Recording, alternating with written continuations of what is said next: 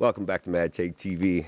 I am Jeremy, the face that you look at when you tune into this channel, and my boy Dre is here as well, joining me for the this discussion of Severance, season 2, episode 7, Chikhai Bardo, which ends up having a really interesting meeting, but we'll get to that later on in the episode. But anyway, Oh, sorry. I'm just going to start off. I might be a little biased for me, and I don't know if it was recency bias, because I have been rewatching season 1, but this was my favorite episode of the series so far. Okay. I've That's heard just an that opinion. opinion shared by many people online. I haven't looked at anything online yet. Oh, I didn't yeah, want you to. I should. didn't want to. I didn't want to like cloud any of my own thoughts with it. So Mm-hmm. I just kind of like wait to look at that stuff until after we do our show. So I haven't looked at any of that yet. But anyway, yeah, I thought it was an interesting episode. We get to see Mark and Gemma meet, and they're at a blood bank of some sort, giving blood to more than likely Lumen. If I had to say who's It's collecting always blood, Lumen. Right. It's always right, Lumen. right, and they meet. Baby. It's kind of a sweet thing. She is reading a book called "The Death of." I wrote it down somewhere later. Give me a second.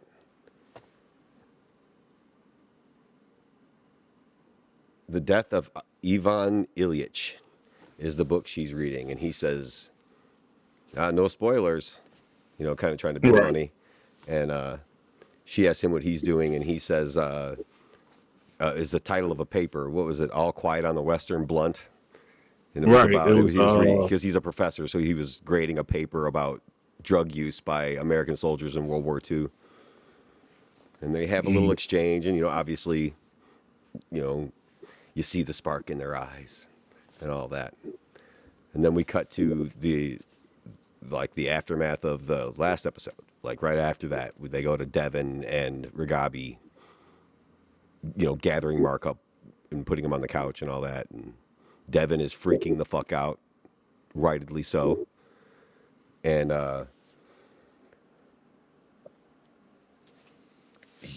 it comes down to like Ragabi just flat out telling Devin that Gemma is alive, and it just takes the wind out of her, like right there. She's just like, "Don't fuck with me."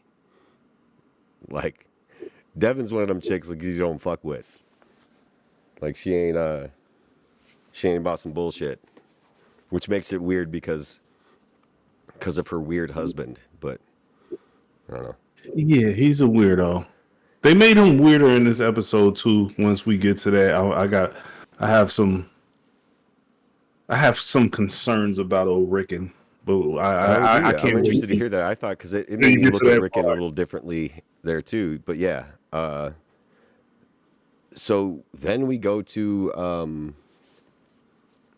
it's a weird intro. It's Gemma like in like a medical chair with a woman that used to be in Roseanne. I don't know her name. I don't know the actress's name, but doing some weird like tests on her and stuff like that. And just kind of goes down to they go out into this weird hallway. It looks similar to the hallways we know, but way more doors, way closer together. The doors are all right next door to each other, really tightly. And every Seemingly yeah, endless hallway. When like they show the shot like down the hallway, like you can't even really tell where the end of the hallway is. It's insane. I love how they do that with this show too. Like make you just feel like this place is endless. Like there's nowhere you could go. Once you go into the ground, it's like below. It's endless. I'm like looking at the door names as she's walking by, and I'm like, I was like, I wonder if these are the file names, you know? And so I also was like, another thought I had too was like, I bet this is like right now. This isn't a flashback. This isn't right. anything. This is happening currently to Gemma. Yeah. So the I MBR file names are on the doors. Oh, go ahead. Go ahead. no. That scene, the thing that I mean, the thing that they want you to pay attention to in that scene is, like you said, the stuff you were looking at, the file names on the doors and shit like that. The thing that struck me was once again the elevation in what appeared to be the elevation in the year of some. It didn't look like the time, and it looked more space agey, almost purposefully more space agey. It felt like the corridors that you see on like those ships when it's like the Alien movie or something like that. Yes. Yeah. It wasn't just the tightness of it, the confinement of it, but even the way that aesthetically it looked like this was something that was made to resemble a spaceship of some sort. I'm telling you this Well, because I'm going back to my original theory. I just want to keep reminding you of that. no, dude. And listen, honestly, like in some of the notes that I've been taking, I'll write something down. I said this lends itself to Dre's theory. And by when I say Dre's theory, I'm meaning the overall theory that this is Yeah. a simulation or this is not real, some sort of Oh, contained facility. They are we're there in, now. yeah, We're there now. right. We are like flat out. I don't know if you want to go in order. We can I, go with your notes and we can go in order. But yeah, the notes are in order because I just took them as I was watching the show. But man, whatever, I don't care if you got a point to no, make that it's that, Willer's that lends choice itself to. because Yeah, we are definitely in a simulation. I, I I, was I'm well, geeked about that shit. I, yeah, see, simulation. I'm gonna kind of use that as a blanket term because I don't know if like the Matrix is the right thing Right? or some other. But yes, I'm on your same page with you. You know, so Excuse me. so they show her go into. Oh no, I wanted to add to the. Did you notice the scanners by the doors and what they resembled? They Mm-hmm. resembled the break room device, Mm-hmm. like the hand scanners that unlocked the doors or whatever. They weren't using key cards in this one, right? They were using those hand scanners to unlock those doors. So anyway, she goes into, and we get the Severance. What do you call it? Animation. I don't want to call it animation. That's not what it is. You know, the marker that we know that somebody's severed and they've entered into their innie self. She gets basically not pushed, but she walks into the door and she's at the dentist. And Right. bro, she like the despair in her face. She's just like, "Can I get a break for once?" And I'm just like, "Oh my god, dude, she's just at endless dentist appointments. This is fucking awful." So that's the thing. That's the first thing.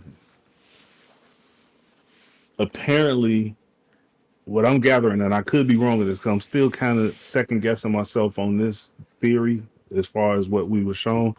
I think they're making it blatantly obvious that severance can be done to the same person multiple times, That's 100% what was happening. and You're and yeah, and it's you are like that's crazy. bananas. So what I wrote this note that said, I said, and this is like I said, this kind of happened in order. So I wrote this: how miserable, while she was still in the dentist's office. I said, how miserable to think of your entire existence taking place in one room. That dentist chick Hmm. she's only at the dentist ever. Like that's her whole existence. It's it's gut wrenching. So then, like right after that, you realize that I wrote down, "Holy shit, they are severing her multiple times. This is a huge reveal." Hmm. And then right during that, they walk past the Cold Harbor door, and I Hmm. was like, "Oh, cool." I said, "So all right, cool. The file names are on the doors. That confirmed it for me." And I was paying attention, so I don't want to sound stupid right now, but Go I'm ahead. going to say it. I want to know if you drew the same conclusion I did. I feel like the office, in and of itself, is set up for her, and each file that these refinement people are working on belong. They doing something in each one of those rooms, and I think they're tapping into her. You know what I mean? Yeah, Psyche different. or whatever, and emotions and shit. Which is why it's important for Mark to be there because he has the closest emotional attachment to his wife. And there's So, something going on, some correlation between what they're doing at MDR to what's going on below there. We actually get a confirmed answer for that later on, but like I have notes on it later on. But so then it goes back to, and I thought this was a cool ass scene. So when they go back to Mark flashing back, he's in an elevator. It's a flashback. It's just like the Severance, and he's in an elevator. And as my wife pointed out, she's like, they did a really good job of making him not look like shit, because he's looked like shit pretty much the whole the series. He's been depressed. We get to see this version of Mark that was happy, in a way. So when he goes in the elevator and he gets out, dude, the way they worked the camera, they made that scene look almost like the hallways that she was in, just the scene prior. Right. Like the way they turned the camera and everything, and you see, I mean, it was a little brighter and the doors weren't all white, you know what I'm saying? But it looked very similar to the office that she was in, in the testing room. So he walks in, we get to basically meet, and get an idea of who Gemma actually is. This is basically the first time we've met her. We know of her, but this is the first time actually meeting her character. The character we've met, Miss Casey. You know what I'm saying? But we've never met Gemma until like the opener to this episode. Yeah, she seemed. Once you take the creepy automaton. How did I fuck that word Automaton. up? Right. All right. Once you take the creepy automaton vibe off of her and see that she's like a real whole person, Yeah. it kind of really makes the automaton way more creepier now. It's like, wait a minute, this was a vivacious, you know what I'm saying, funny, like she had a real personality. And now it's just like, your Audi has nipple clamps. It's like, So then they right. So then they do like a cool montage of their life together, essentially. Which again, I like when they do this when they didn't need to do a 10 episode stretch explaining their flashbacks and life together. They just give us, I don't know, a total of 15, 20 minutes on the screen to tell their backstory. They did a good job they did a really good job of that. And they moved us, so they moved us in time forward from like when they were first dating all the way up until them like being together and enjoying each other, and then like, getting married and like they did all that like really fast and put us into the current place we needed to be to learn more, And the thing that's dope about it is this. The way it was directed, the way it was screenplay was written, this is not a thing where they're showing it to us for like flashbacks. Sometimes that shit can get a little irritating when you're watching a television show. Right. This is actually, but narratively, the way they did it was, this is actually Mark's reintegration.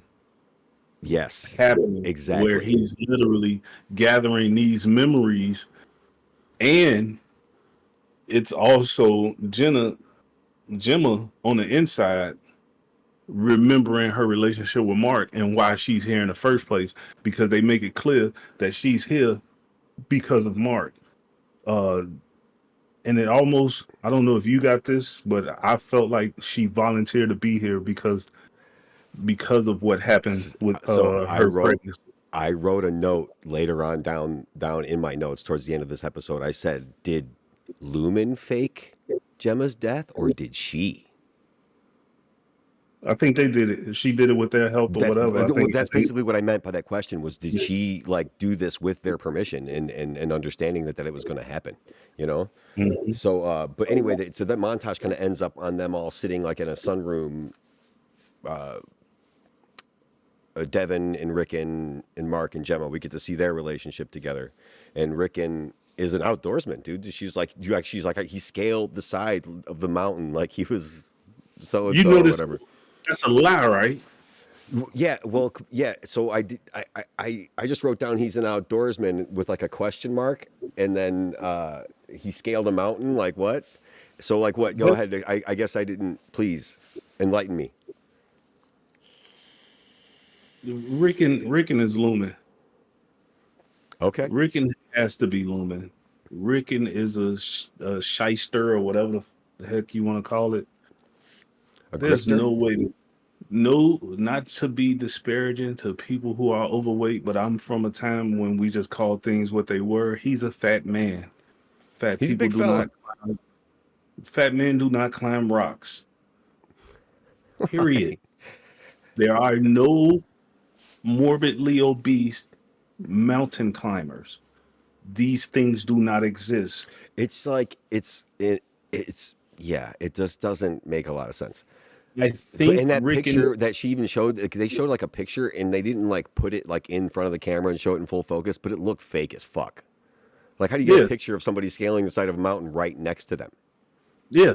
You know, Rick, unless you're Rick and currently doing it too.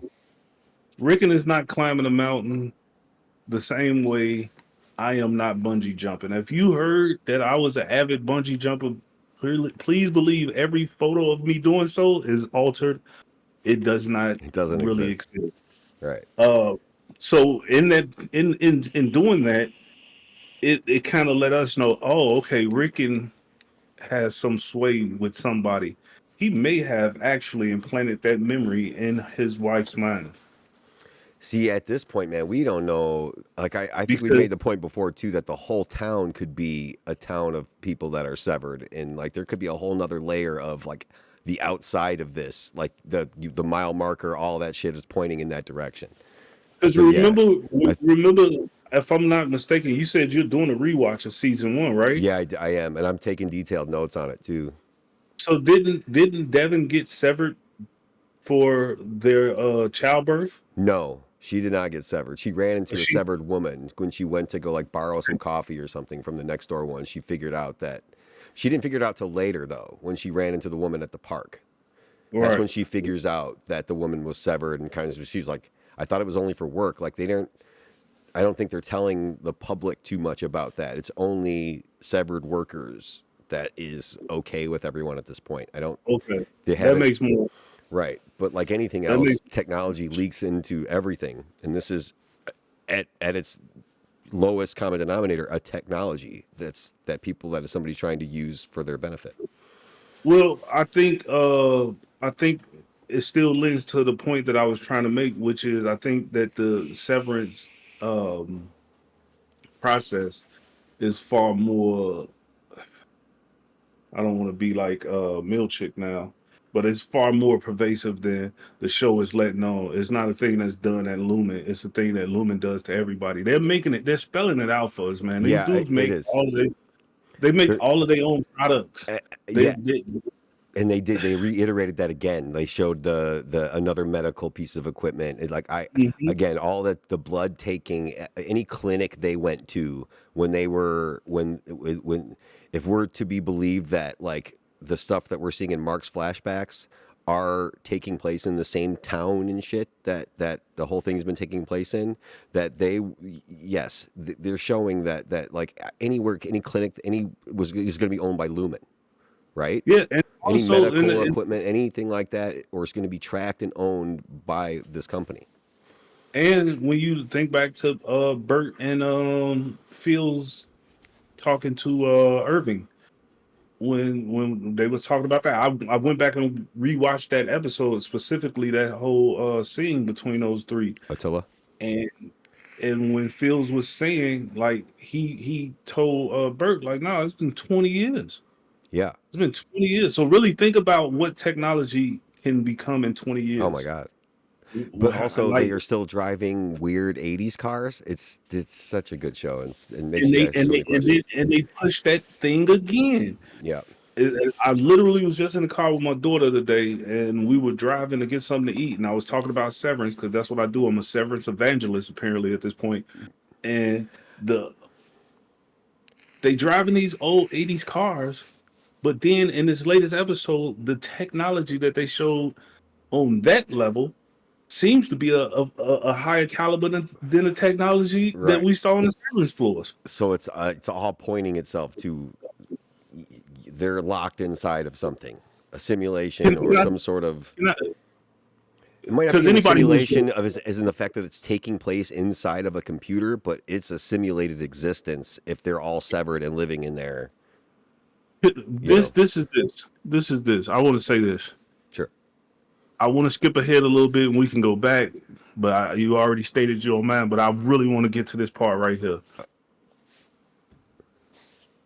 When I talked about the Ortbo, and we were trying to figure out if they were indoors, outdoors for real, right? Right. And then we went back and we talked about the fact that the TV cart was there and the TV was Plugged into plugged anything. in. Yeah. So they made sure they slapped you in the face with it this week. This is a simulation, Chief. When she went into the room they put the little outfit on her and all that shit, and then she went into the room and she was on a flight. Yeah, I have that written down too. Like they can simulate. I even wrote they can simulate a fucking plane crash or turbulence. Like, yeah, They that's simulating turbulence. right.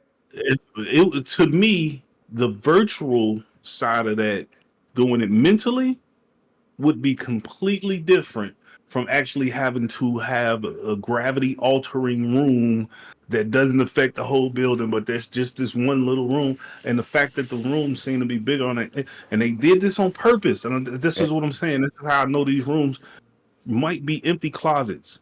At this point, right? We don't know They're what so close to each other that when she walked in the room, and there was a whole living room, and there's a Christmas and all this other. No, that couldn't fit in that size room. Like the spatial.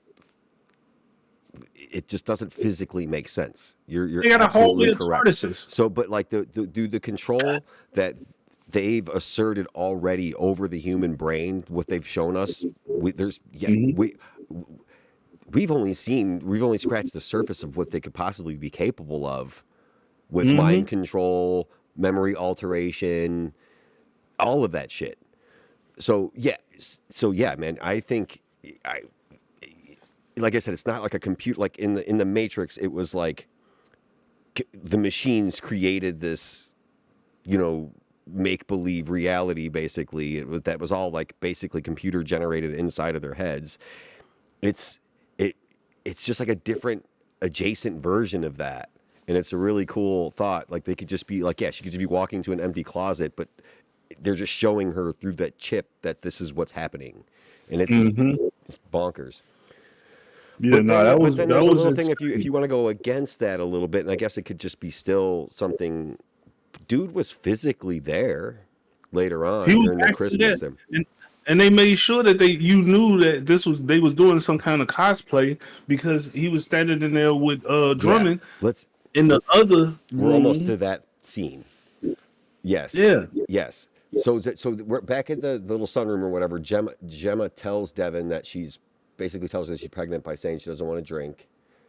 The montage kind of continues, and you see that she has a miscarriage, and he walks in, and I thought it was interesting that he said, "Hey, hun," Attila the Hun. He used that words. They don't do anything by accident in the show. I'm sorry. So they threw that in there, and then it goes into like him sitting at work and seeing Miss Casey. And then this dope ass transition where it goes up, it looks up at the lights, it spins as the lights disappear, and then seemingly, I can't tell you, confidently whether the camera went up or down, but it feels like it went down through some like wires or whatever, and you come out like by somebody's foot at a desk tapping, and you're like, wait, this kind of looks like The Office, and then it starts to pan out. And you're in this weird green room that looks like the green room from the very first episode when they were introducing Helly. Look a little bit, yeah. And it's 4 people observing through their computers, observing the MDR. They're looking, and these 4 people are similar in, like, at a glance, in stature and looks to the people that are working in MDR. If you noticed it, the dude's kind of got a similar haircut to Mark. The chick that's sitting there, when they spin it around, you see she has a red tint to her hair. There's kind of a bigger fella sitting there that looks like Dylan, and then when they come around to the other guy, looks like it could be Irv. And these 4 people are sitting there, all dressed the same, observing MDR, and they kind of flash through it, like to tell you that they've been observing them the whole time. you know. And they're watching literally directly into their faces through the webcam. I guess you can Right. call it on the PCs that they're using to do the data refinement through. And that's, I guess you can call that oversight. So I can't really say that that's creepy in and of itself. Well, they made it But definitely seem creepy. yeah, they meant for it to be creepy, but I didn't feel creeped out by it because I've worked in corporate before. So oversight is Yeah, yeah, like, yeah, yeah, yeah, yeah, yeah. Somebody's watching you all the it's time. like, yeah, S that makes sense. It's It like makes as soon as sense. I saw Yeah, it, yeah. You know, I I wasn't was like, yeah, it surprised or makes sense. shocked by it. The only thing I was like not shocked by, but like weirded out by was the fact that they looked like them. Was I thought was kind of weird. So, but anyway, that Drummond is in there with this new dude we've never seen before, right? If I'm correctly, we've Creepy never seen fuck. this fucking guy with the Christmas sweater on.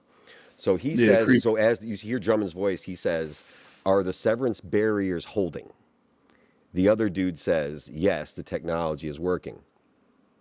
And then he comments to him here, and here's another interesting thought. I think that those two were brothers. That's a brotherly Really? thing to say to somebody, not like but like you know like an older brother or a younger brother. Why do you have that stupid sweater on? Stupid sweater That's a on. Yeah. sibling thing to say to somebody, right? And these dudes all I kind can of see it. have that Egan-ish weird look to them, Right right? around, Yeah, right it's in around. the Yeah. brow. Yeah. So, and he said something about you like her or something like that. And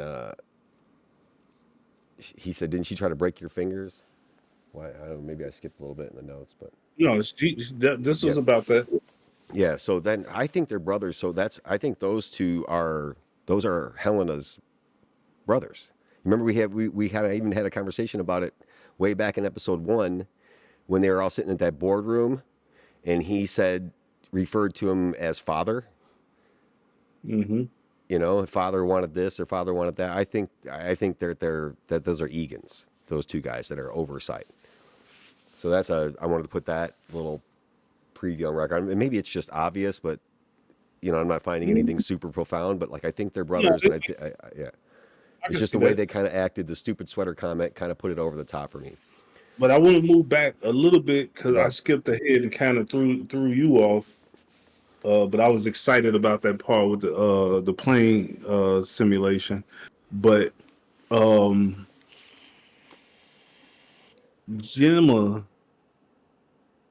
when talking to Sandra Bernhardt, which is the comedian who plays the Sandra nurse, Bernhardt. There you go. when Gemma was talking to her, and Sandra Bernhardt is doing the examination and asking her about how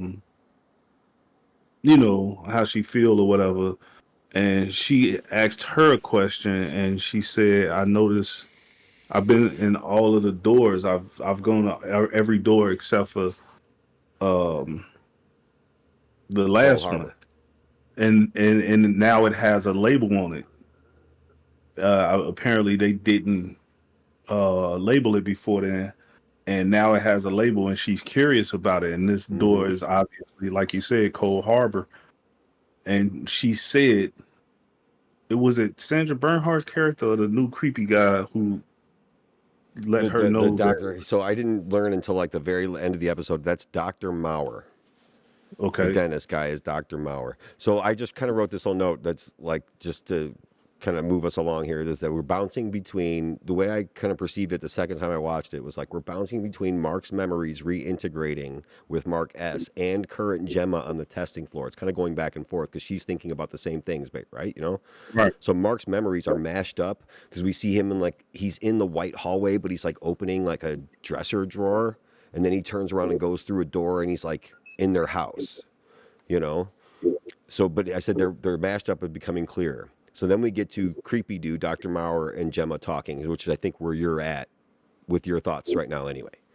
yeah. So I'm curious yep. what was said to her. Wasn't it that once you go through there, you'll be like I, free I to go back to the I world? literally I have it all written down like exactly word for word. We're right there. So like he asks her, he said, "Did any of the doors make you feel despair, fervor, or gaiety?"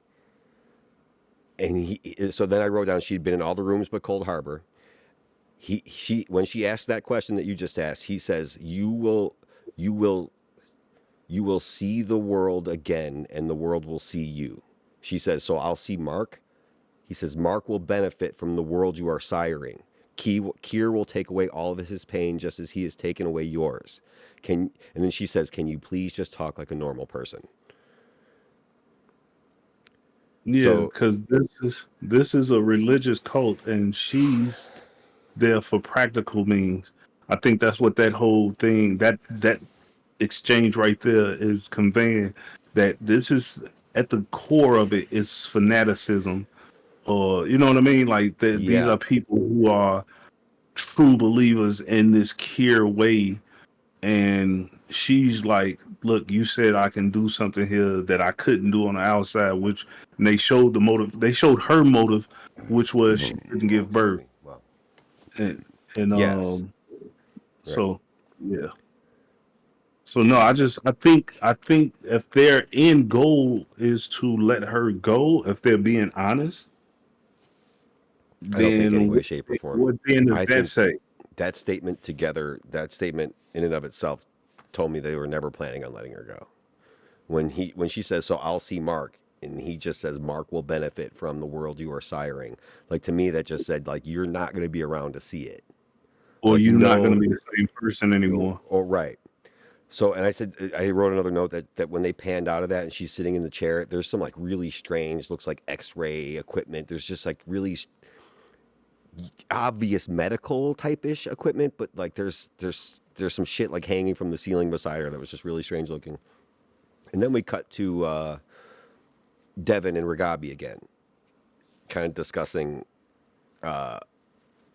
She says the word journeying. Ragabi says he's journeying right now, which means it's like, yeah, he's going through and everything's going to come back together. Like he's got to go back to the beginning and come full circle to now with adding the innie's memories and thoughts and feelings and all that shit, which is just mind-boggling in and of itself. Thinking of putting essentially two different people at this point together and making them in one mind is mind-boggling.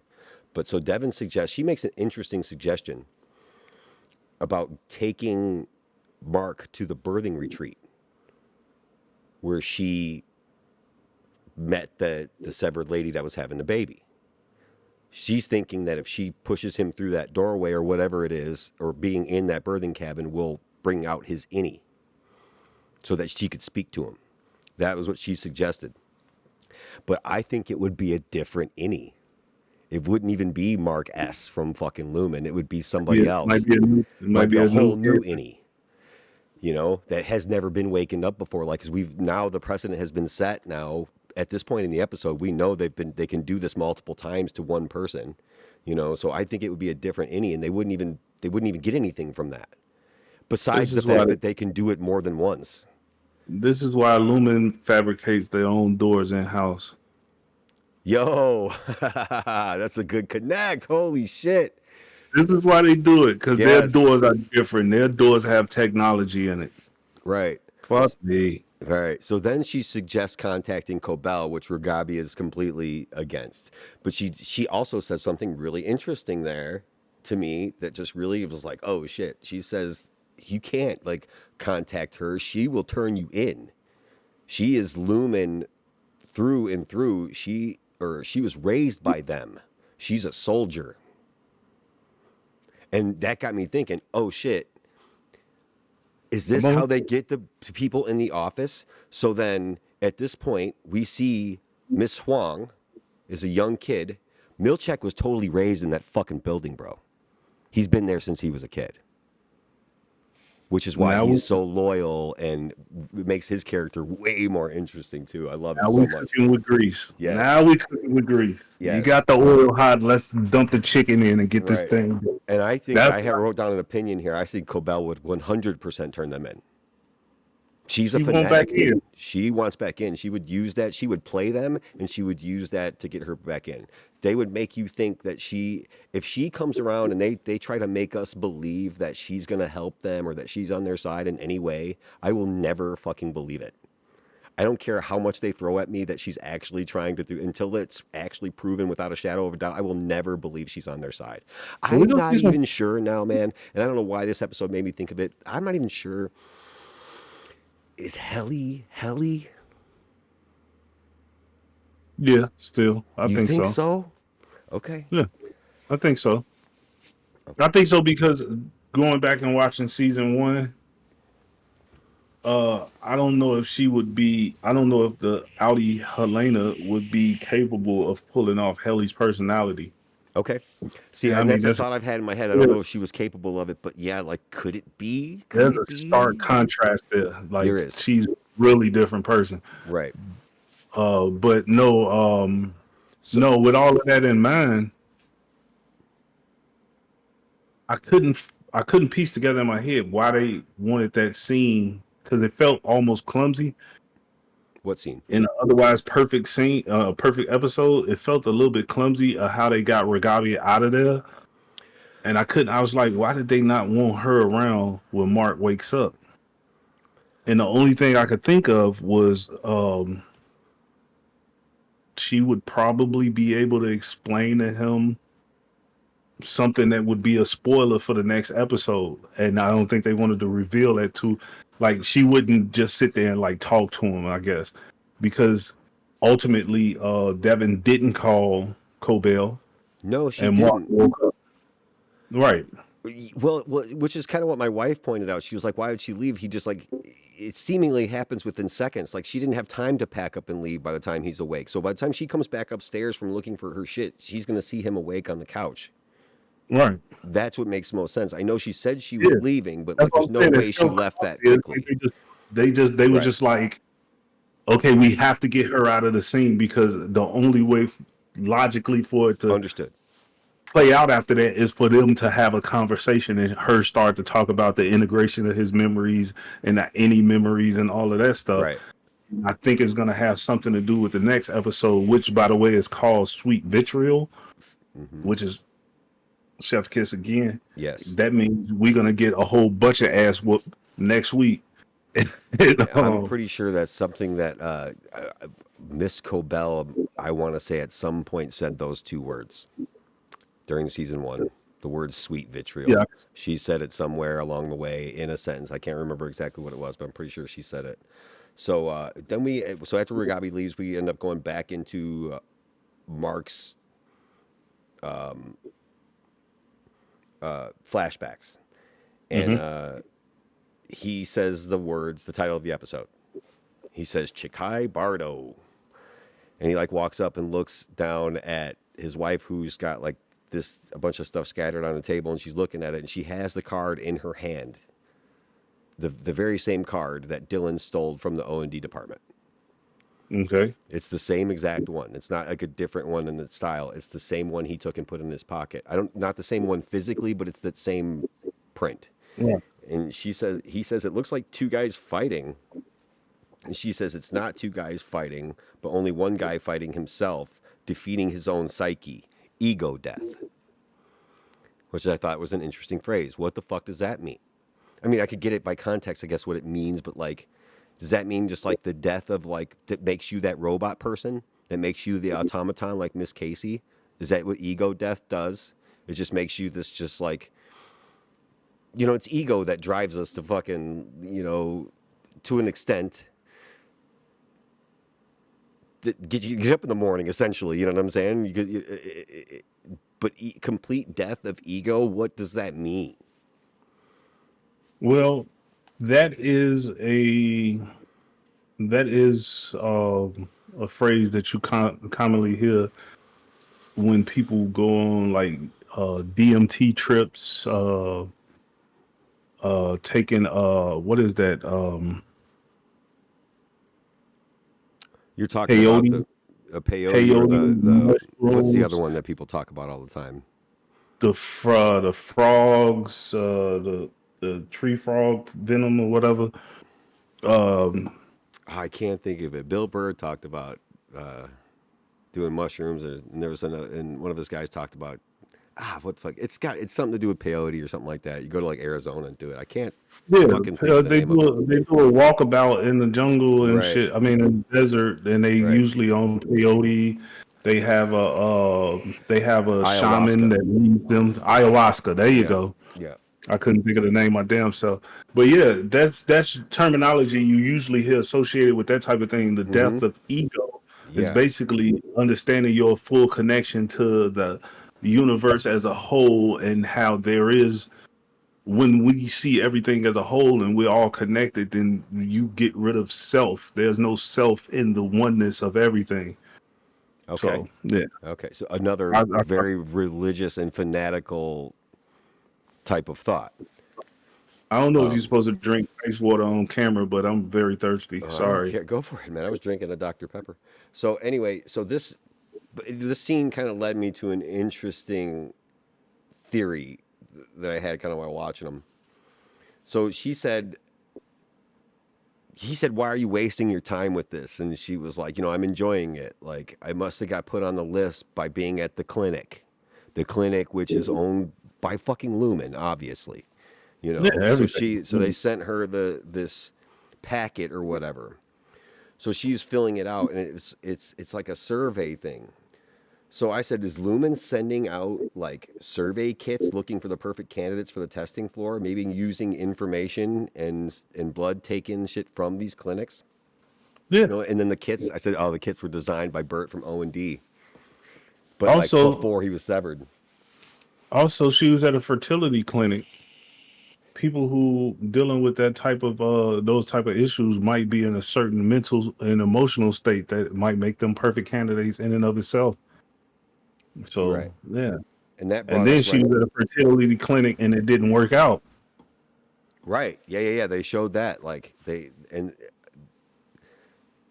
yeah, in some of the flashbacks. So then I start thinking like I thought it was just exclusively like Mark's flashbacks, but no, it's definitely his and hers together, remembering these times they had Mhm. together. And I felt like the And way that they were I wrote showing the right here. My next flashback. note is how they simulate the plane crash. So that's about where we're at Hmm. in the. I still have a shit ton of notes left. That's crazy. But no, it's for me, it felt like they were showing her version of the memories as motivation as to why she's there. Yeah. She might not want to be there anymore, but I think the memories, her pain and her trauma, and the situation she went through with Mark, with the pregnancies, with the miscarriage, and the not being able to use in vitro fertilization. I think that those things is what caused her to want to try whatever they promised her that they could do for her. And I think that's Right. the way it was framed. I could be wrong, but I feel No, like that's the way they framed it. I have something very similar to what you just said written down here. That's like that leads us to the question that I said: did she fake her own death? They did this. She did this knowingly, trying to get pregnant, knowing that Mark wouldn't be okay with it. Maybe she did it under the pretense that they would help her by using this vague fucking language that they use all the time, making her believe that she would see her husband again, knowing full well that that's not what they're using. They're using her for something else, for a means to whatever end that they have. And I also so here like with her going in all these different rooms and going off of what Bert said or Bert and Field said about Innie's having a soul and being a separate person. If you count that as correct, or say it is what it is, what happens if they reintegrate her? In a weird way, I feel like she would just be a whole person again because she would just remember all her dentist appointments, all her gynecological exams. She'll just remember all of the surgeries. She'll remember all of the traumas because I feel like maybe in that once I don't, obviously they don't have enough time to show everything that happened in every room. They implied that she's doing the same thing in these rooms all the time. When they showed the Christmas card writing thing, she said it's always Christmas. Yeah, The no, that girl in the version of her in the dentist, she's always in the dentist. So the implication there is that this girl is a flight attendant or somebody who's taking a flight. She's always being traumatized by the fear of death in this one place. Might Always. not always be a plane, but you know what I mean? Yeah. So I feel like they made like reintegrating those memories. It might just make her a whole person again. I I feel don't. like the separation, I feel like would have, so even if she did remember all the trauma, she would be a whole person, but she would be totally traumatized because like they were basically just like they were just torturing her. They're torturing her to test the limits of this fucking chip is what they're doing. Yeah, because they didn't want to really test show a it. room where she was enjoying herself. In none of the things that I spelled. So I'm not really sure what fervor and gaiety mean, Let's what look them those up. words mean. But like, I so know what like, because fervor is. but that's a Uh, good thing, right? Though, when you feel fervor, you're like invigorated. That's kind of what I'm taking it as. But I don't know what those two yeah, words it's mean. like So like, excitement almost. when he asked, like, did you feel any of those things? Like, none of those things sounded like good feelings. You know what I mean? When he was asking her, Mm-hmm. right? Gaiety, the state or quality of being lighthearted or cheerful. Cheerful.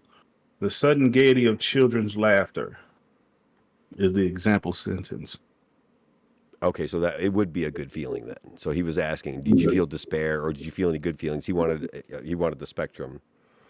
Yeah, he wanted to I see if wrote she down these felt people are good. completely fucked because like when I realized like through the episode what was happening and that she was basically being tortured in each one of those rooms. Endless Yeah, so why Christmas, would they endless expect her to dentist feel program. good coming out? It, it's it, it's terrifying, dude. It's crazy. Unless they don't understand human emotion because they're alien. Okay, I'm, listen, just, I'm halfway. Look, I'm at about a it's not 35 to 40%. it's not. I don't think it's that far off. I don't think like to just say it like aliens. You makes you think of War of the Right. Worlds and shit like that. But it could be different. It could be like future humans or I don't know, three body problem Yeah, type no, of shit. this is crazy. But since we're at that, excuse me, I'm sorry. I'll Hmm. be having. So sorry. I apologize to the folks watching. I always have very long nights. I've been married for a long time. Um, the I just I guess I want to reiterate the point that I was making about the level of technology. The level of technology to be able to pull off a simulation like that um is absolutely bananas because brain surgery and manipulation of brain inputs that's not that far off from where we are technologically right now as a human species. We do that type of stuff right now. We don't implant memories so far as I know, but we do manipulate the hemispheres of the brain. We understand how brains work. You know what I mean? But the level of technology on that they showing, it lends itself to the idea that these people might not be necessary. Like Jeremy, you might be right. They might Human, just be the future. future They might humans, just be. people like way trying to understand. Oh shit, that makes so much sense. And I'm blowing my own mind right now because I say it like this: if I'm a future human and I'm looking back right now, I might not make too much distinction. I would make a big distinction between the technology of the Bronze Age and the technology that came post steam engine. Wait, okay, But the things that happened intermittently between the steam engine, the printing press, and let's say um, wire telegrams, for somebody back then, they would know the wire telegram came 40 years this way. You know what I mean? And this came in 40 years back that way. yeah, But for somebody looking from a distance, all of that shit might fall into the same place. yeah, You understand? What I'm saying? yeah. You kind of get what I'm saying? Like all of that might just be in the same place. It's kind of like the people who produced Jurassic Park didn't understand that a lot of those dinosaurs was from the Cretaceous era. This is different regions, but for them it's like it's all from back way back. So we just gonna call it Jurassic Park. Right. So yeah, I guess that kind of makes sense. Like, And Jurassic's a more fun word than Cretaceous. to be fair, that's Fit the only branding because better. in retrospect we don't know no difference. Right. But if it came out as Cretaceous Park or whatever, that's what we would think of it as. And somebody would say, "No, actually, you should have said Jurassic." We'd have been like, "What the fuck you mean by that? Right. Right. Shut up, nerd!" Punch him in the face. Jurassic Park is way better branding than Cretaceous Park. Not I don't know. crustacean, But that's a whole Cretaceous. other podcast. But yeah, still. But the point is, I think that lends itself to what you So, just said. okay. They might be future humans, and they might, Future and a humans. clue to that might be that they're looking back on things, and they don't really know where to place technology because for them that 70-year period is like Yes. All one. all in the same It's a thing. drop in Yeah, the bucket compared to what they've experienced. Maybe right. here. Okay. Sorry, this is all like flooding in. Future humans who have essentially come back and set something up to find out why humans became incapable of breeding. Trying to figure out why it's happened more or less at the point when it started happening. You know what I'm saying? Because like of all of this like weird breeding things that not breeding but like pregnancy issues and things like that they seem to address and talk about in this show. Maybe it is like the future humans have come back to try to figure out why people stopped getting pregnant because there's only a few hundred of these motherfuckers left in the future, but they have the advanced technology enough to come back. Yeah, man. Yeah, Wow. we've had 3 of the what total 7 women in the show have something to do with the storyline being have some part of their story be fertility. And yes, the fertility problems, the weird terms like lactation fraud, and you know what I'm saying. Just all I've been saying it for this whole podcast now that there's something going on with pregnancy and humans being able to procreate. Maybe it's these people are trying to figure out what happened, and then like who knows? Maybe it's just like a subsect of these future humans that are just kind of twisted and just started fucking with people instead of actually figuring out the problem. They just started to dissect their brains and minds and trying to figure out what's like, man. It really, like I said, this was like the episode of this show that kind of like it just kind of blew back the curtain like a lot more than they have so far. It They really, erased a lot of things that I had anticipated happening mm-hmm. with this, and that's a good thing because, like I told you before, I love when I'm watching something and I can't tell you You what's going to can't happen. tell. Yes, that's the best stuff. Always, this is always Right, a good thing to not know what's happening. right. So this is I'm a little bit lost as what it could be because I'm kind of leaning towards what you said, and it's kind of turning my wheel now. And I'm thinking about it like You, that actually makes a little more sense because it has to be something. It can't just be some weird religious family who wants to separate well, people consciousness. dude. Okay, so but like even like go now. Look at how now that I'm now you said the wheels turning. Think about how those two men behaved. You know, they're just like the robotic kind of like super fanatical religious believers, but maybe that's just something that like evolved through these years or whatever from whatever gap to now to whatever future they might be from. The people They in the family seem to lack empathy right. and So basic yes, emotion. which is a common trait of people from the future And the people in most stories and shit like that, that right? may have been raised there, Mrs. Wong, Harmony Cobell, Seth Milchick, these people seem to have human empathy. They seem to understand that the things they doing might be wrong, but they still kind of believe in, what they were In raised the to believe. and if But they they still have if that emotional connection to the innies, as and it if were. those people are aware of the the broader project, then yes, I guess they would have moral conflicts and things like that with I think themselves because of what they're doing to the people. he's. I'm not letting Milchick off the hook.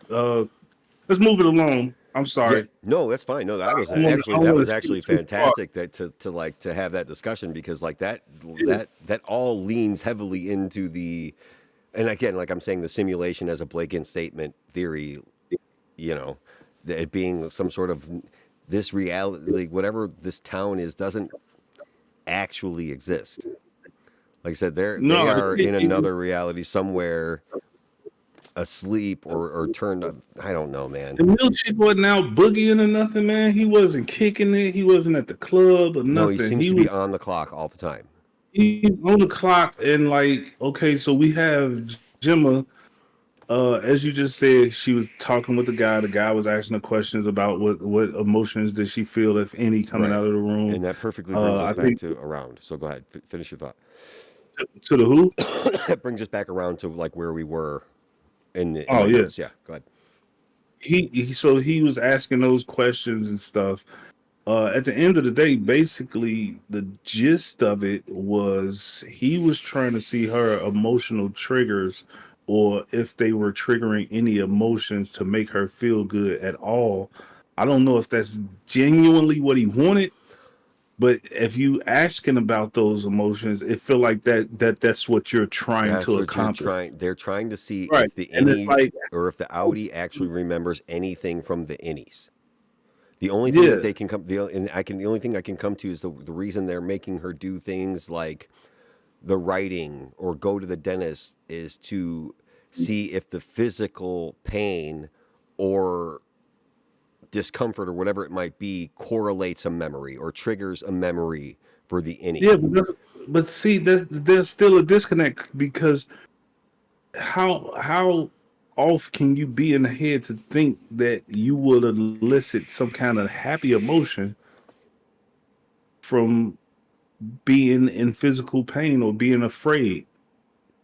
Yeah, You know see, what I mean? well, Like, that's why I think it lends weird. itself to the fact that they're trying to make complete severance, complete separation. That's they're pushing it as far as they can to see how far the if it works, if the technology barrier hold, if the severance barrier holds, you So you know. said that she came out and she said, "Yeah, I felt really good coming out of this room," and it happened to be the room where she was in there writing a million thank you cards or whatever, or Christmas cards. Then they would know that she's completely severed and she can't remember anything at all, or they've completely usurped her brain's ability to dump the right chemicals to elicit the right emotions. Right. So, but another thing too is like, and he did ask her. He asked her flat out in like the first conversation they had. He asked her flat out, how did you feel in the hallway?" And she sidestepped that question. She sidestepped it to there was a door with no label and now it has a label. It's Cold Harbor. Right. Right. Now she did answer the question before, but she was talking to the nurse lady. I don't want to say nurse, the other doctor. That was so sexist. The other, she was talking to the other doctor, and she told her when asked about how she felt. She said her jaw hurt, Right. and that was it. She didn't But say how just she felt physical. emotionally. Right. Right. She just described how she felt physically, Right. and that was it. And but yeah, he did. He So was pressing her, yeah. So and that like you said, go ahead. go ahead.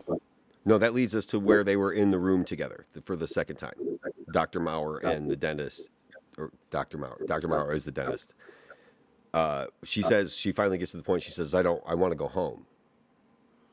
And he says, "Your husband remarried last year, and he has a daughter." She says, "I And don't he believe happy. you." And yeah, she says she does. She says, "I don't believe you." And he's like, "You've been down here a long time."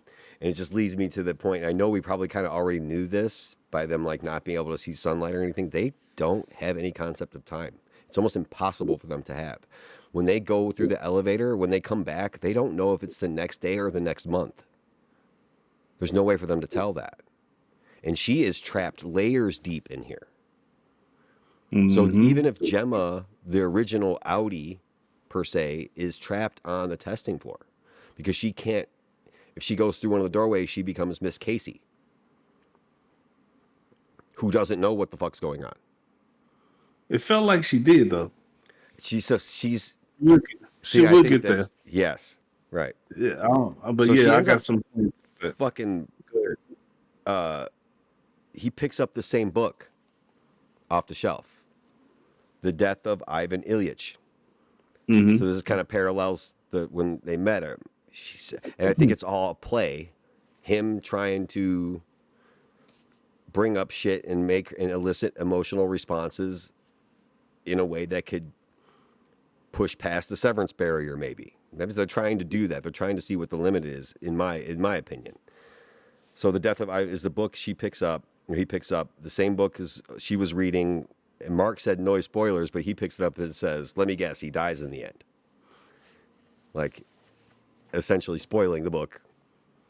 Mm-hmm. I don't know if it's a real book or not. I didn't look that up. It is. I'm looking it up right now. It was written in this book, The Death of Ivan Ilyich, is first published in 1886 as a novella by Leo Tolstoy, In considered 1886?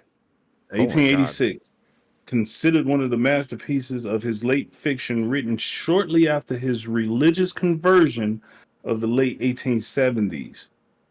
Uh, what's the plot? The plot, I'm gonna go through it really quickly. Tolstoy needed a code phone, blah blah No, man, this is blah. interesting. Like, go ahead and read it because it's Described going to pertain Tolstoy. directly. Ivan Ilyich is his surname is Golovin, the highly regarded official of the Court of Justice, described by Tolstoy as neither as cold and formal as his elder brother, nor as wild as the younger, but was a happy mean between them. An intelligent, polished, lively, and agreeable man. As the story progresses, he becomes more and more introspective and emotional as he ponders the reason for his agonizing illness and death. So it's a book basically, just basically based on that. But A book also about a dealing, he guy. said something about brothers having one, like being on one end of the spectrum, one being on the other, Mhm. which just almost lends it to the multiple personalities of the people in a way. Maybe it was like he said he's the median between them, was just an interesting phrase. But anyway, she hits dude with the chair. She's just like, as he turns around to look back at her, she clocks him and she's trying to get out.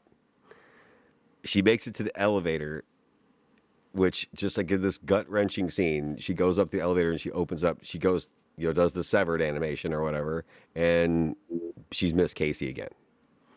So then she's in the black hallway with the down arrow, and she starts to walk down it, and Milchek pops out of the door, obviously rushed and super concerned because He had his he jacket on to let you know this was off hours.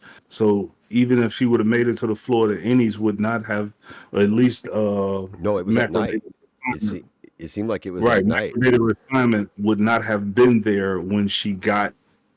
If she would have made it to the floor, Right. the Audis would not have been there anyway.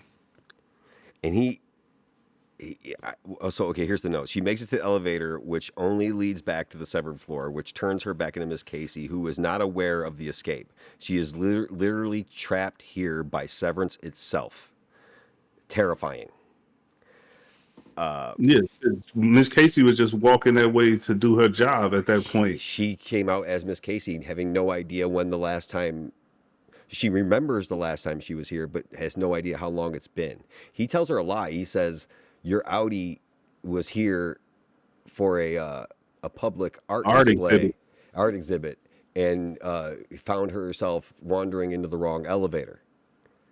And she's kind of starting to question it. You see Miss Casey go, "Well, like, how long have I been here?" And he's just like, "Miss Casey, please go," and she just does it. Like, it's that scene was like, oh my God. She's like, how do they win? How do they get her out of here? Like, what? And then once they say next episode, they do fucking figure out a way to get her out. That's when we get the reveal that not all is as it seems. And there is no fucking escape from this town. The thing about this is, they've already left a couple of breadcrumbs with some of the dialogue. It seems like a throwaway line, but we know what the severance is. We know what severance is. This is the second season. Nobody's starting a show from this episode. I would hope not. I don't think that person exists. So for Drummond to just casually ask, "Is the severance Barriers. uh, barrier Barriers. a holding?" Why would you ask that unless you're telling the audience that there's a way to break those barriers, Oh yeah, or yes. or there's precedent already for the barriers failing on their own? Again, Which we're on the testing floor. So yes, I think there's precedent for yeah, anything. They're trying to figure out what the limits are. right, which shows you why Miss Casey was hesitant to go back to the elevator, even though she would technically she would have no reason to doubt Milchick at all, and would have absolutely positively no reason to hesitate going back into the elevator. Right, unless those barriers are Unless the deteriorating. barriers aren't as strong as they think they are. Yes, I agree. We got there. I Yeah. love it. So at some point in time, I think this is at a point where she like flashes back again. Like as she goes in the elevator, it flashes back to like her and Mark. Mark's like sitting there studying, and she's basically telling him she's going to go out. She's like, I'm leaving. You sure you don't want to go? And she asks him about the Denali thing, which is, I don't Hmm. know, some sort of, I don't know, something else to help with pregnancy, I bet. And he's like, yeah, I'll look into it. But then, interestingly enough, she says, I love you. And he doesn't reply. Similar to earlier in the episode during that Christmas scene where she When was creepy writing the guy. notes, creepy dude says, I love you. And she doesn't reply. And he's like, up. And then she's very snarky, says, I love you. And then walks out, like basically rolling her eyes. But this was like a parallel to that because he didn't respond. But he wasn't being snarky about it. I think he was just spacing Just out, was doing whatever distracted. it was. Yeah. And Yeah, then he he was replies distracted. and says, I love you. And he wasn't realizing she was saying goodbye and not I love you.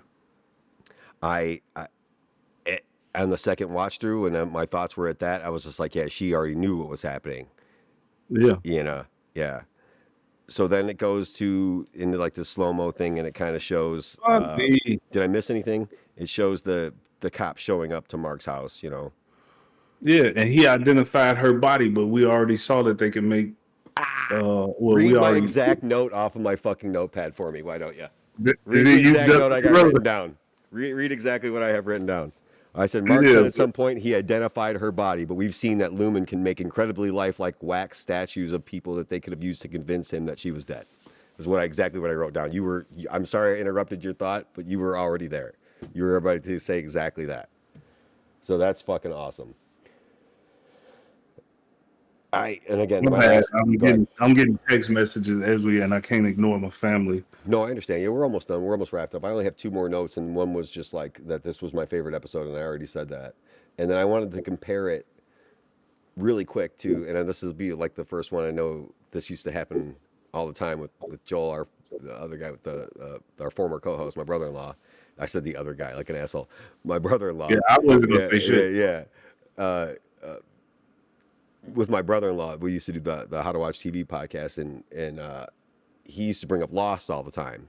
And this will be the first time I think I've done it on the show. But this episode reminded me of an episode of Lost called The Constant, where basically we knew about Desmond, the character. We knew he existed. We'd seen him in episodes, but we finally got to the reveal of who he was and why he was doing what he's doing and his motivations and all of that shit we got in one episode called The Constant. This is exactly what that reminded me of. Like, we hadn't met Gemma yet. We got Gemma all the way. We understand her character now. We understand where she is, what her motivations are, why she did what she did, and now wondering what is she going to do going forward and how the fuck does she get out of this. So like, it was really similar to that for me. It was just a comparison I made.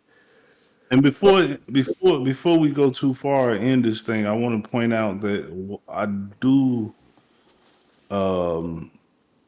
pay attention to other people who podcast about this type of thing, and people were pointing out in the earlier episode when Mark referred to his sister as Persephone, and then they started talking about Persephone being in relation to the underworld and death and things like that, and how not Odysseus, was it Odysseus?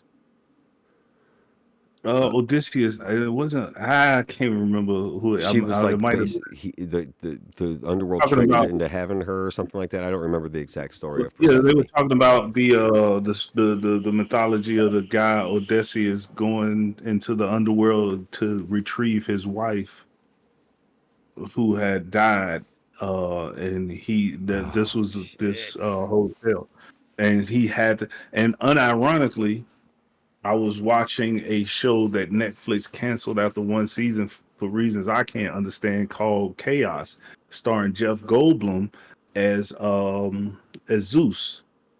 And What? that was literally the plot of the show, was that I've there's a never guy. heard of the show you're talking about. Yeah, it's a Netflix show called Chaos, spelled Koas. And yeah, Starring Jeff Goldblum. Kao. Sorry. Ah, yeah, Jeff fuck yeah. Goldblum, and it was really fucking good. And they only got one season; it got canceled, and it just came out this year too. This Was it past something year, like American Gods, where they were like in modern day, and like I don't it see was Jeff Goldblum like in a. it was modern day, That's but cool. I'll have to check it that was out. it was an alternate reality where people still believed only in those gods. So you like had all the churches and temples and stuff to the actual pantheon of Greek gods. Um, but And they didn't. And it only was one season. Did it wrap up good, or was it like a shitty ending? no, Was it I worth a didn't even watch? finish it. Once I got the word that it was canceled, I didn't even want to finish the first fucking season Oh, because it wasn't going to be able to wrap up. I guess Netflix gave up on it. I don't know if the numbers didn't look right or they had the disputes with the actors or directors or whatever the hell. that's But crazy the because that point, sounds awesome. what I was watching about it was dope as hell, and there was Zeus's son who was this party guy, and he liked to hang around humans and shit. He was helping this guy Odysseus go into the underworld to retrieve his wife. His wife had died, Persephone. Persephone. And her name was Persephone, and he was going That's into the so underworld to again like retrieve her. And it was a really dope take on it. We had my man that played the werewolf teacher from Harry Potter. He played Hades in the show. okay. Uh, yeah, it, like I said, as far as I got, because once I got word that it was canceled, I didn't even care enough to watch it anymore. But I was I'm gonna maybe look it like, up because I've never even. This is no, the first time I've ever even heard about it. it'll be a quick watch. I can tell you that What much. happened to And American Gods? Now that I mentioned it, what did that show's done get canceled? Did it ever wrap up? I don't remember. American American Gods ended for most people after the showrunner changed. The showrunner came in and immediately fired Orlando Jones. Oh, that's right. And once people realized he fired Orlando Jones, The best people part of the stopped show. watching the show. And the show went on for two more seasons, two more seasons at the very least. But a lot of people didn't want to see it without Mr. Anansi, because Yeah, Mr. Anansi represented black culture for the show, yeah, and it's like it was seen as a clear slap in the face to black people that this guy came in and picked one particular god that he didn't like, and it just happened to be the black god who was all about revolution. Because there's other black gods in the show, as you know, but they right. weren't talking revolution. They was just like Not like behaving like Anansi was. the Dude, other his gods. entrance into that show, like the very first scene with him, was fucking awesome, dude. Like Literally so one of the good, most legendary scenes ever so in good. Hollywood. And then Right. he had the audacity to top that scene when he confronted the other two black deities in the show. And he did that thing he was doing in the show where he was going between speaking in a normal accent and then transferring to like a more African accent, and he was getting angrier and angrier, but he was keeping count. And every 30 seconds or every 15 to 16 seconds he would say like another one, and he was saying how many times little black girls go missing and nobody cares. And he was demonstrating that for the other two black guys, and basically putting them in a place, saying like, why won't we fight back? Like we could fight back. We can do something. And I think that type of messaging, particularly for, as they say, middle America, or as I call it, racist white people, didn't want to hear that shit. Yeah. They they did not want Right. to hear that shit. So when dude came in, he was like, "Fuck that guy. He Well, gotta go." I mean, like even during that first scene, like I remember that the first intro way. I remember what scene you're talking about later on, but not as well as I remember that intro. Mhm. And it was like, holy shit, they fucking Yeah. went there, dude. No, Wow. Yeah. he said, "Look, your life gonna be shit." He Right. said, "They gonna fuck you. They gonna rape you. They gonna do this to you. They gonna Right. do all this shit. They're gonna And make your you, grandkids pick cotton for somebody to make a purple shirt yeah, or some shit like that, and that half the motherfuckers motherfucker gonna say die of you need cancer. to I was get." like, damn. Yeah, that motherfucker say you need to get angry because angry does something. Right. That man gets it. He said, "Let's Right. burn these Dutch motherfuckers alive." Yeah. They They cut to the said the shot of the whole same. ship on fire. Fucking dude. Yeah, they said the same Yeah. thing that Killmonger said at the end of the Black Panther movie, which is, "Let me die at sea with the people who understood that death was better than fucking slavery." And that message, as a black person, I understand why certain white people don't want to hear that shit. So they like, "Hey, look, man, let's just let bygones be bygones. Let's not talk about anger and all that shit." But no, sometimes anger gets shit done. I'm a firm believer that people only speak the language that they speak, and if somebody only speaks to you with violence, the only way to respond in the way that they can understand is more violence. That's my personal belief. But with Severance, beautiful show, we don't see a lot of over the top violence. We don't see a lot of necessary violence. But I feel like this next episode we're gonna get that, only You're because of just the show's episode title, which I yeah. said was "Sweet Vitriol." I want to go back and find out which one of them. I'm going to continue to rewatch and see if I can pinpoint when she says that. I know that Miss Cobell says those words some point or another. Sweet vitriol. That's something that like. So I think it's another one of those callbacks that makes this show like one of the special ones. So, but yeah, I'm super excited for the finale. We'll definitely be back. We'll probably do a finale episode, and then maybe we'll do. I'm interested in doing a rewatch podcast. We could kind of burn through it and do that if you want, or a overall recap episode after our final episode and kind of discuss what we think going forward and all that. We could probably all wrap that into the one final episode, but I don't know. More content is more content. Mm-hmm. So, No, yeah, I'm sorry. I was looking it up you're good. for you. Looking what up? They say "sweet vitriol" is a phrase that's mentioned throughout the show, particularly in season 2, as a cryptic term that seems to allude to a hidden aspect of Lumen's operation. Okay. Yeah, so I know Uh, I've heard it before. I know I've heard that term said in the show out loud. I'm thinking specifically from Cobell, but yeah, if it's been more than once, then no, they say the phrase is often linked to Harmony Cobell because of her position within Lumen and a hint that she may know the truth behind the term. So she may use it more than other people because that might be, yeah,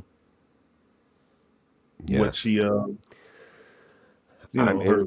I'm super excited. I can't wait. This episode was, like I said, my favorite of the series so far. It really, I mean, I guess it could be recency bias in the fact that it really like kind of blew back the curtain and opened up the show a little bit to a lot more interesting discussions. I think we like just some of the time travel stuff we talked about. That shit's all crazy, and I can't wait to see how it pans out and see if some of our stuff is correct. But yeah, so anybody that's been following along with us, man, please engage, man. Put your comments in the videos. If you have any theories, interesting thoughts about anything we said, put it down in the comments below, and we we'll engage back with you. Absolutely. Talk to us about Severance. Talk to us about other shows we should possibly be watching and Absolutely. discussing. As you can see, we like to do deep dives on shows. That's what we do. If it's something that It makes we watching the shows way more fun. let us know. Yeah. Yeah. Yeah, even old shows. Well, I'll go back and watch something I haven't watched yet, just to do a podcast on it. That's fun stuff. So I'm down to do that. So like, yeah, give us some suggestions in the comments. We can Let also us know discuss how you thought this whole podcast went, and yeah, we want to keep bringing them back for you guys. we can discuss the overarching theme of the chess game in the show The Wire. Well, then I would have to watch The Wire. I know you You can't see heard me, him but say, I'm looking back at you. you heard him say it. Like it's a problem to watch the greatest show of all time. Widely regarded as not from me, I, from I, the I, world, I, widely I regarded as understand. the greatest or the second greatest show of all time. It's insane the shit I have to deal with to be this guy's friend. 20 plus years of being friends with a guy who don't want to watch the goddamn Wire. I swear I don't understand it. It's weird. All But right, yeah, I'm back. all right. So then, yeah, we'll be back next time. We'll be back next Friday or Saturday after the airing of the finale, and yeah, we'll see where it all goes and where it's going to go from there. Yes, sir. All right. See you next time.